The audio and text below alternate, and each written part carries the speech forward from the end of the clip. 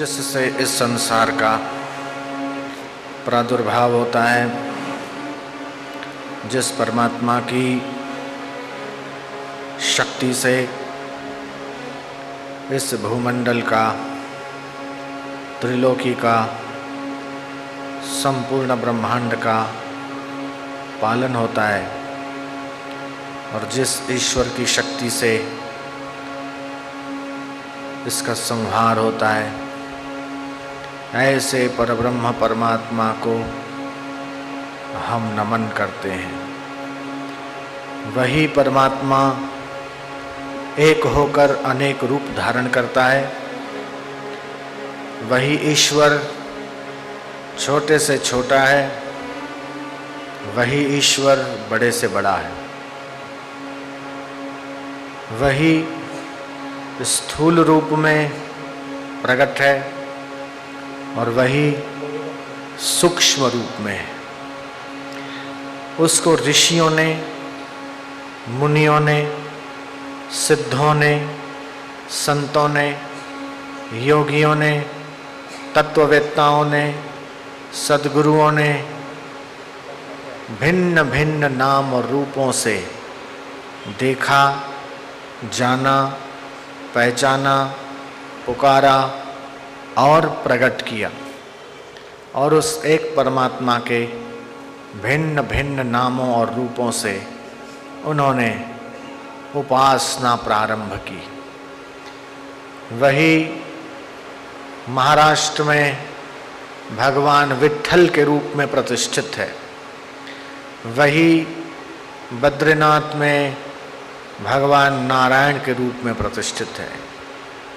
वही गंगोत्री में भगवती गंगा के रूप में वंदनीय है। वही यमुनोत्री में माँ यमुना के उद्गम स्थान के रूप में, देवी के रूप में प्रकट है।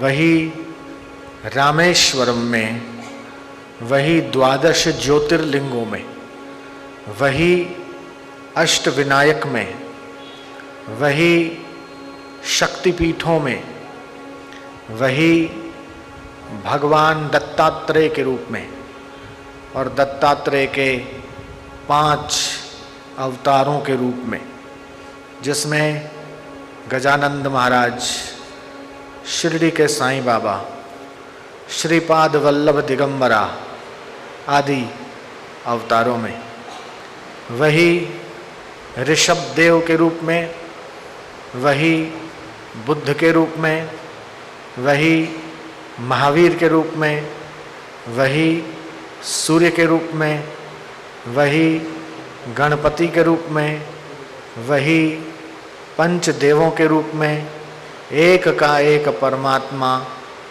इन भिन्न भिन्न नाम और रूपों में अभिव्यक्त हो रहा है।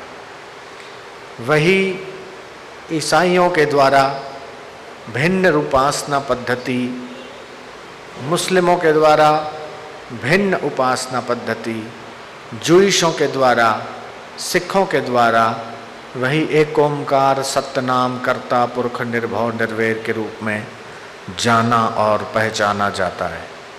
वही का वही परमात्मा एक होकर अनंत रूप धारण कर रहा है और इस पूरे ब्रह्मांड को घुमा रहा है।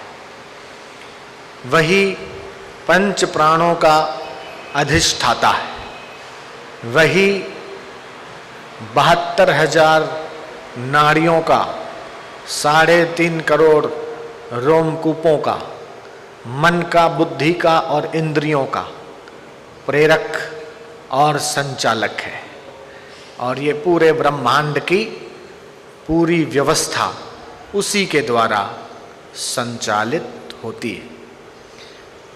वही परमात्मा वेदों में ओमकार के नाम से अभिव्यक्त है। वही परमात्मा की स्तुति उपनिषदों ने की, उसी की स्तुति महात्मा ध्रुव ने की, प्रहलाद ने की, देवर्षि नारद ने की। पुराणों में, वेदों में उपनिषदों में, श्रुतियों में, स्मृतियों में आदि नाना पुराणों और ग्रंथों में उसी एक परमात्मा को भिन्न भिन्न नामों रूपों के द्वारा बयान किया है। वो इसलिए क्योंकि सभी की रुचि भिन्न है, सभी का स्वभाव भिन्न है, प्रकृति भिन्न है और सब लोगों का जन्म भी भिन्न भिन्न संस्कारों को लेकर हुआ है। इसलिए एक व्यक्ति के स्वभाव से दूसरे व्यक्ति का स्वभाव नहीं मिलता।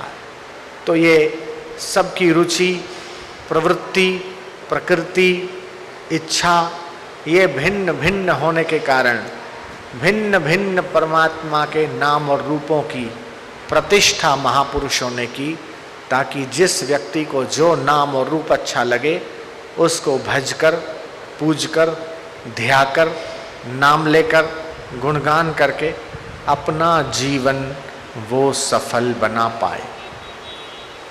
और इसलिए महापुरुषों ने सत्संग की व्यवस्था की कि सत्संग के द्वारा उस परमात्मा के तत्व को, रहस्य को जीव आसानी से समझ सके और अपना बेड़ा पार कर सके।